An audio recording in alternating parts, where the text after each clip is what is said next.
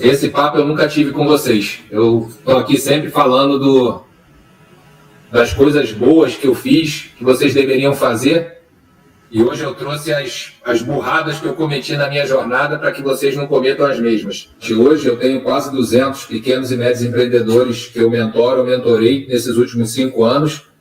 E sim, os meus acertos colaboram muito, mas os meus erros servem para que eles não cometam os mesmos. E eu falo muito aqui na Win8 que eu não tenho dúvida de que eu estou criando um negócio muito maior do que o que eu já criei lá atrás. E eu uso a frase do Romário: eu não tenho mais a velocidade que eu tinha aos 26 anos, mas eu sei o caminho certo para percorrer. Então, eu tenho dividido com meus mentorados o caminho certo, mas mais importante que isso, quais são os caminhos errados para que eles não percorram. E o primeiro erro, que quase me custou a empresa, depois de 1 ano e meio dela montada, foi que, como toda empresa pequena, a gente não tem capital para contratar executivos. Eu escolhi um vendedor de 18 anos, uma pessoa que foi muito importante nesse início da empresa, e fiz um combinado com ele. Falei: olha, toda a parte técnica fica contigo, todo o restante comigo, administrativo, financeiro, estratégia, e nós combinamos isso. Só que eu não prestei atenção que eu não tinha comigo uma área crítica da empresa. E quando deu 1 ano e pouco de empresa, eu fui posto contra a parede por esse colaborador e ele jogou na minha cara o seguinte: vai ser da maneira que eu quero, porque o que eu sei você não sabe. Então, o primeiro erro que eu cometi, que eu gostaria que vocês ficassem atentos: numa área importante da empresa que eu desconhecia, eu tinha apenas uma pessoa sabendo.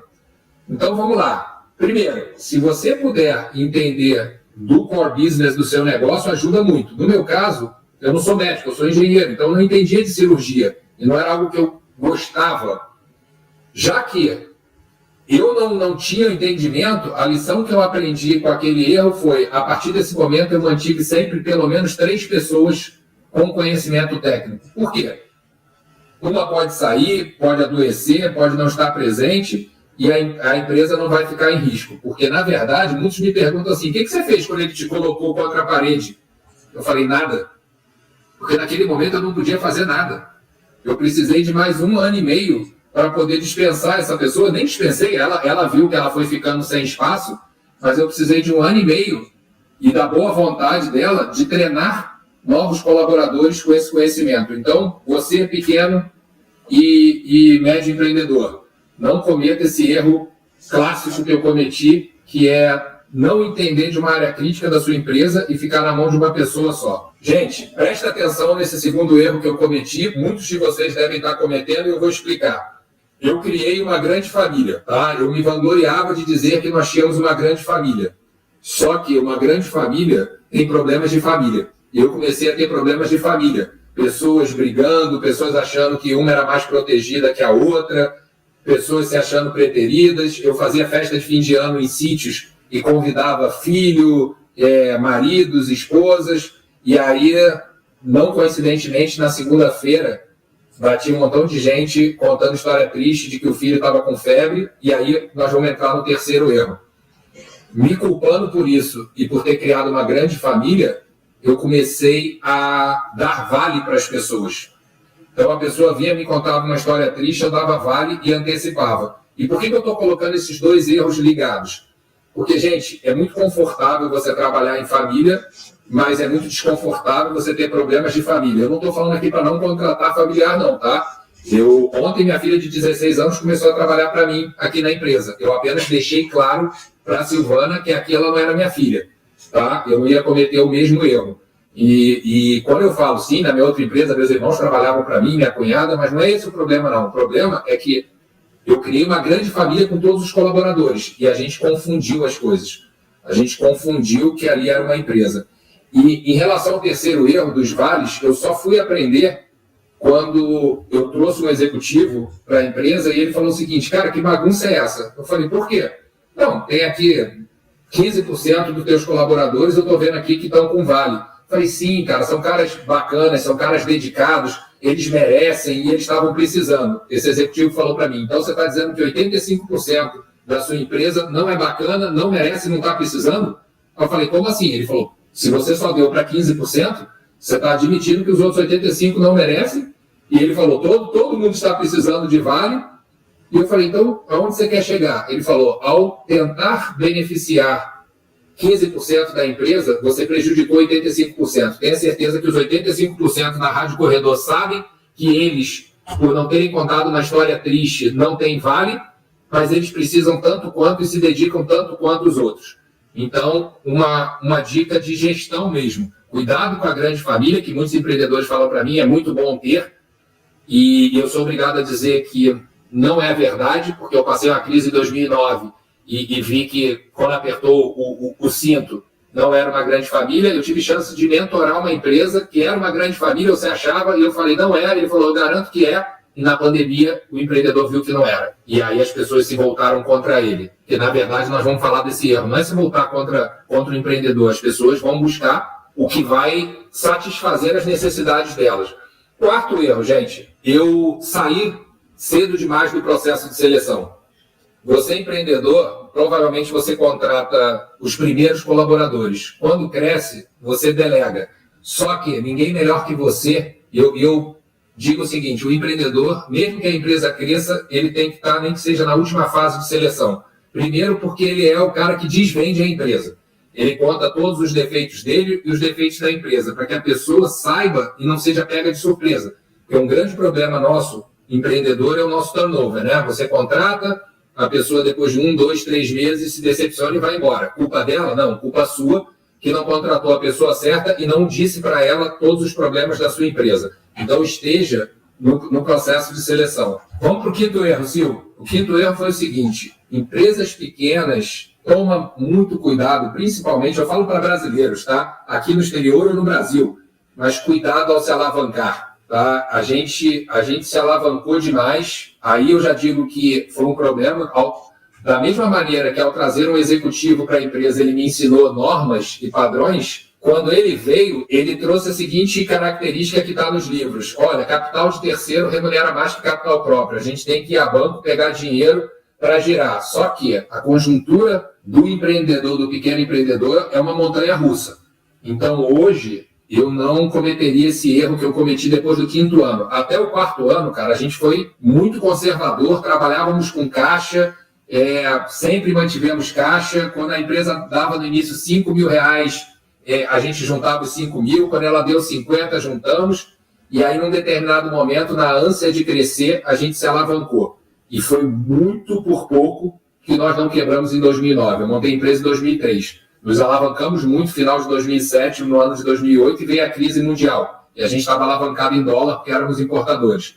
Então, dica que eu dou, pequeno e médio empreendedor, cuidado, não se alavanque, cara, não se alavanque, mesmo que o seu negócio esteja girando muito bem. Porque não há mal que sempre dure e não há bem que nunca acabe. O sexto erro que eu cometi, e aí eu vi que tem gente aqui do meu mercado, eu tenho uma característica de liderar. E aí estava acontecendo que eu era distribuidor do Rio de Janeiro e o Master era em São Paulo e todos os distribuidores do Brasil estavam reclamando das condições. E aí eu liderei, peguei a reclamação de todo mundo e fui representando todo mundo para São Paulo. Cheguei lá no Master e falei, olha, eu sou o maior dos distribuidores, tirando você, estou aqui representando todo mundo e vim dizer que a gente não está satisfeito com o que está acontecendo. Aí ele falou, como é que é? Você veio dizer o quê? Que todos nós não estamos satisfeitos. Então tá bom, eu estou te cortando agora e eu vou ligar para cada um daqui da frente e se eles confirmarem eu corto eles. Não preciso dizer que ninguém ficou comigo. Todo mundo falou, não foi isso que eu falei, não, o Felipe está enganado. Hoje, mais uma vez, com a minha maturidade, eu não culpo essas empresas, porque no fim do dia, o erro foi meu, entendeu? E quando apertou, cada um precisa se salvar. Cada um precisa salvar a sua pele, seus funcionários, sua família. Então, hoje, diferente, com uma maturidade diferente, eu não vou deixar de estar junto em reuniões, não vou deixar de dar dicas, mas eu não compro mais uma briga que não é minha, tá? Porque eu entendo que quando eu perdi a briga, todo mundo correu. E, sinceramente, deveriam ter corrido mesmo, entendeu? Por que eles iam colocar o negócio deles em risco? Então, cuidado muito quando você assim como eu, gosta de liderar, mas gosta também de conflitar o que está errado. Meça por você, não compre a briga dos outros. 7º erro, não entender que a amizade não faz com que outros se prejudiquem por você. Isso é muito importante, está muito ligado com esse intuito, essa coisa de uma grande família. E eu me frustrei muito quando, no meio da crise, eu vi pessoas que eu tinha ajudado, que se tornaram meus amigos ou que eram meus amigos, me abandonando. Hoje, eu entendo o seguinte, eles não me abandonaram, eles foram buscar uma solução para a vida deles. Só que a sua frustração, ela está muito ligada à sua expectativa. Eu vou falar sobre esse erro. Então, uma coisa que eu dou de dica é não misture amizade com negócio. Não cobre dos seus amigos que morram ou que deixem morrer o negócio deles por você. E não me entenda mal, não é, poxa, você está matando o conceito de amizade. Eu tive chance de liderar um Instituto Ética à Saúde, nós fizemos uma pesquisa e a gente descobriu que no mundo todo, cuidado com, olha, eu tenho aqui uma parceria muito grande com essa pessoa. Se der problema, no fim do dia, a pessoa vai cuidar dela primeiro. Só tem uma pessoa que você protege. E mesmo assim, em alguns casos, não. Seu filho. O resto, se der problema, as pessoas entregam amigos, primos, irmãos, pai, mãe, para salvar a pele. Isso não é o Felipe que está falando, não. Isso é uma pesquisa de uma empresa israelense que provou isso. Porque a gente via muito discurso assim, não, eu tô nisso aqui, fazendo isso aqui, mas a pessoa ela é muito fechada comigo. Gente, a realidade é dura, mas é real. Todo mundo, no fim do dia, você pode até dizer o seguinte, eu sou fechado com a Silvana, nós vamos nós dois contra todo mundo. A hora que sobrar ou eu ou ela, sou eu, entendeu? A hora que, olha, tudo bem, vocês sobreviveram só vocês dois, entendeu? Vocês brigaram contra o leão, brigaram na selva, guardaram comida, todo mundo morreu, sobrou você e ela. Se ela não for minha filha, a última comida vai ser minha. Entendeu? Na hora da briga, a última comida vai ser minha. E quando você entende isso, primeiro, você não culpa mais seus colaboradores, seus parceiros de negócio, seus fornecedores. Então, cuidado. Não é que a pessoa, poxa, me salva aí, por favor. A pessoa tem que salvar a pele dela. Entendeu? Não dá hoje para um novo patrão, o chefe dele, falar o seguinte, não, se tirar ele, eu tô fora. Não dá, cara, não dá. Ele vai tentar salvar a pele dele, da família dele, dos custos dele. 8º erro, gente. Inflar faturamento / filiais por ego. Por que eu botei / filiais? Eu cheguei a ter 9 filiais no Brasil e hoje eu digo, foi muito mais para dizer para todo mundo que eu tinha 9 filiais, para sair, como eu já fiz um dia.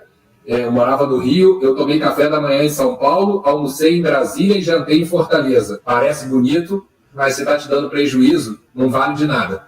Então, cuidado que faturamento não é lucro, tá? Não cometa o mesmo erro que eu cometi. Eu aumentei sim meu faturamento, mas meu lucro foi embora. Até o momento que eu tive que dar um passo para trás, fechar 7 filiais, ficar com Rio e São Paulo e voltar a acertar minha lucratividade. Então, mais um erro muito, muito perigoso que eu cometi. 9º erro, demorar a perceber que alguns estados precisam de sócios locais. O que eu quero dizer com isso? Pode ser no Brasil, pode ser aqui nos Estados Unidos, que são países continentais, cada região tem sua especificidade.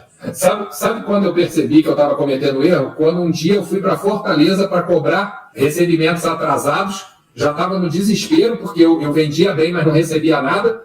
Eu fui duro num hospital lá, e aí o executivo do hospital falou assim, cara, deixa eu ser muito sincero contigo, você acha mesmo que a gente vai deixar um carioca malandro sair lá do Rio de Janeiro para ganhar dinheiro aqui? Eu falei, cara, como assim? Eu estou fornecendo, estou fazendo tudo. Mas a gente não está muito afim, não. A gente vai valorizar e vai pagar primeiro quem é da cidade, quem é daqui, quem nasceu aqui, porque vocês não ligam para a gente. E aí começou a cair a ficha por que eu estava tendo problemas em várias praças, porque eu não tinha identificação com o local. E nesse momento, que foi antes de fechar, eu fiz um movimento de botar sócios minoritários do lugar. Porque não só eles são tratados diferentes, mas eles sabem como funciona o modus operandi daquele lugar, entendeu? A forma como o carioca age ou o paulista age, em várias partes é muito diferente da pessoa em São Luís do Maranhão ou em Porto Alegre, em Santa Catarina. Então, se você está crescendo o seu negócio e abrindo outras praças, perceba rapidamente qual a cultura de cada praça. O 10º erro, ele acontece muito e aconteceu muito comigo, é querer ser quem você não é. Eu cometi durante 10 anos esse erro. Eu olhava para o meu concorrente e falava, poxa, eu quero ser ele, só que eu nunca vou ser ele. Nunca vou ser, ele é único. E eu tentava copiar e me dava mal toda vez. Então eu demorei 10 anos e perdi alguns milhões de negociações erradas por querer ser quem eu não era. Para que vocês entendam, eu sempre fui uma empresa mais de alta qualidade. Alta qualidade não tem nada a ver com volume. Mas eu olhava os meus concorrentes que tinham alto volume e falava, nossa, ele fatura muito mais que eu quero ter alto volume. Investia nessa área de baixo custo e me ferrava, porque eu não tenho DNA de baixo custo, eu tenho excesso, controle, não tinha emergência, não trabalhava 24/7. E foram cabeçadas atrás de cabeçadas, tentando ser quem eu não era. 11º erro, e eu vejo muito mentorado meu cometendo, e esse eu tenho muita propriedade para falar, porque eu fiz bastante, tá? É você se isolar do seu time no crescimento. Gente, não se culpe de em alguns momentos você não estar gostando da sua empresa, de você não estar gostando do seu negócio, de você estar querendo uma coisa nova, só que, como eu falei no início dessa live, você tem que fazer o que tem que ser feito. Enquanto você não vendeu, muitas pessoas perguntam, Felipe, 18 de março de 2016 você vendeu seu negócio. Quantas vezes te chamaram para voltar para o mercado? 1.552.000. Só que eu estava de saco cheio do mercado. Então, eu me lembro todo dia disso. Agora, enquanto você não achar a maneira certa de sair, cuidado para você não sair cedo demais. E eu, em alguns bons meses, talvez anos, eu me isolei do time. E aí eu perdi o controle total da minha empresa. Tinha vezes de eu entrar numa filial, entrar no elevador com alguém, se a pessoa olhasse para o chão, eu falava, isso deve ser um funcionário novo, e alguém disse que o dono tem 2 metros. E a pessoa já imaginou que sou eu, ouviu foto. Então, assim, cuidado para não cometer esse erro de você se isolar do seu time. O líder, o general, tem que conhecer toda a sua tropa e tem que estar presente. Eu faço questão de ir ao Brasil sempre, de estar com a minha equipe do Brasil, de estar com os meus clientes. Esse é um outro erro também. Poxa, agora o mundo virou 100% digital. Cuidado, nós ficamos 100% digital porque fomos obrigados, entendeu? As pessoas ainda querem olhar no olho, ainda querem esse contato físico, porque é muito menos o que falam para você e muito mais o que eles dizem nas entrelinhas e no comportamento. Então, não cometam o grande erro que eu cometi de me isolar do meu time. Vamos lá, 12º erro. E aí eu já estou chegando mais na parte dos anos finais da minha empresa. Hoje eu já tenho mentorados que estão pensando em vender a empresa deles. E, gente, um grande erro que eu cometi e que eu diria, se possível, para vocês não cometerem, é não ter um advisor, não ter um conselheiro, não ter um mentor na hora que você for vender sua empresa. Porque é inevitável você não colocar paixão e sentimento na negociação. E principalmente se você for ter uma negociação como a minha, que eu negociei com o americano não é latino. Ele briga contigo durante 9 meses, quando foi o meu caso, e no dia seguinte está tudo bem. No dia seguinte da compra da empresa está tudo bem. E nós somos passionais. Então, coloque pessoas ou para fazer a negociação por você, ou para fazer o que eu faço hoje para muitos dos meus mentorados. Quando eles estão numa negociação dura, eu falo, respira, pede um tempo e vamos conversar. Entendeu? Vamos conversar e eu vou te dar uma visão de fora de quem não está envolvido emocionalmente. Eu estou fazendo isso nesse momento com o mentorado. Ele está dissolvendo uma sociedade, não preciso dizer que os sócios estão com raiva um do outro, e várias vezes ele falou, agora eu vou atacar. Eu falei, não, você não vai atacar. Não, mas ele partiu para cima de mim. Eu falei, ok.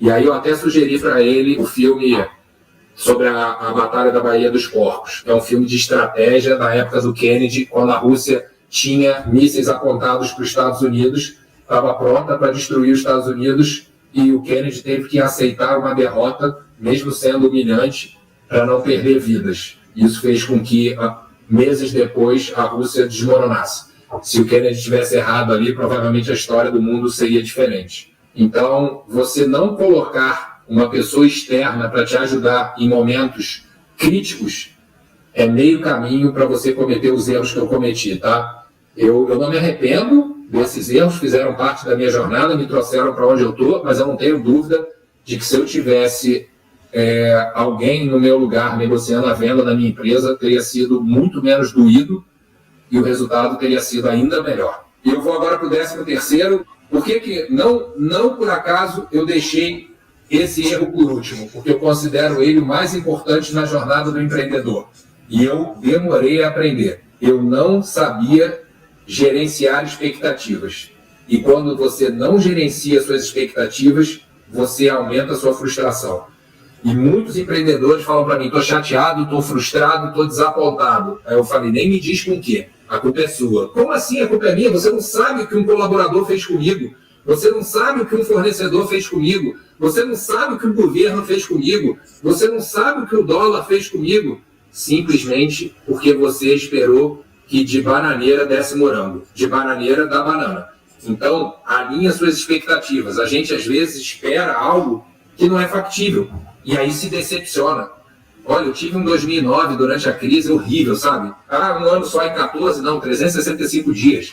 É muita coisa, gente. Eu culpava colaboradores que me abandonaram na crise, colaboradores que levaram parte do meu negócio, fornecedores que não queriam mais fazer negócio comigo, parceiros que deixaram de ser parceiros. Cara, a culpa é deles ou é minha? A culpa é minha. Eu não gerenciei minhas expectativas. Eu criei expectativas ilusórias. Então presta atenção nesse erro que eu cometi por mais de 10 anos e não cometam os mesmos. Porque senão, gente, decepções vão existir. Agora, o tamanho dela e da frustração é diretamente proporcional ao tamanho da expectativa que você coloca. Se você começa a gerenciar suas expectativas para tudo, entendeu? Cara, se entrasse esse governo seria maravilhoso. Não, não seria maravilhoso, como também não é uma catástrofe, é o que é, vão ter problemas e coisas boas. Ah, se esse fornecedor fizesse isso... Gente, eu posso comandar o que eu faço, não o que os outros fazem. Agora, o que eu faço é gerenciar minha expectativa. Gerenciou sua expectativa? Se suplantar, está tudo bem. Mas você não vai se decepcionar. Então, esse erro, eu demorei 10 anos para aprender, me custou os cabelos da cabeça, vários quilos, noites sem dormir, é duro. E é isso, gente. Vão aqui os 13 maiores erros do Felipe numa jornada de 14 anos à frente da Mega Surgical.